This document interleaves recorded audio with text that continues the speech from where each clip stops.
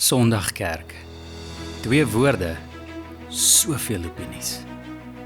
Sommige sal kerk beskryf as stilte, vervelig, onrelevant, skynheilig, tydmors, miskien selfs onnodig. Maar wat as jy dalk net die verkeerde storie gehoor het? Wat as ek jou vertel van 'n plek waar mense stil raak, maar nie oor ongemak nie, maar oor dankbaarheid?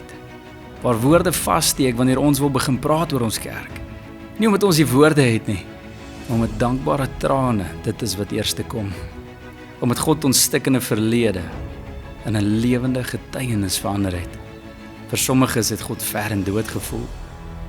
Maar by ons kerk het God meer werklik geword as die wêreld rondom hulle. O ja, hier kan mense nie wag vir Sondag nie. Hier word vreemdelinge familie, hier kry een saam as 'n naam in 'n plek, hier haal hoop weer diep asem. Jy sien, die Bybel is nie net hier om Sondag gelees te word nie. Dit klop in ons harte. Dit leef in mense, dit loop tot in die huise. Dit is werklik die brood wat ons eet.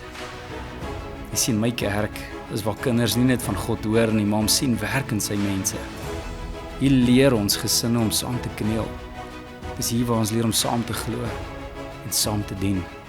Hier verander God self benoemde Christene in ware volgelinge. Hier blaas sy Gees lewe in droë, gebroke harte.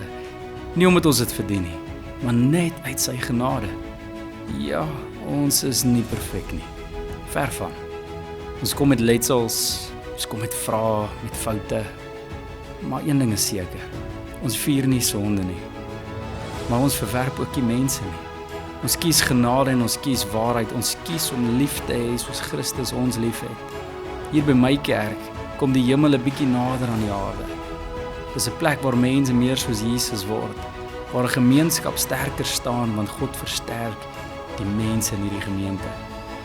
Hier ontmoet 'n perfekte God sy onperfekte mense. Invloed Kerk is nie 'n gebou nie. Dis nie net 'n Sondag nie. Dis 'n ontmoeting, dis 'n beweging. Hier kan jy God beleef.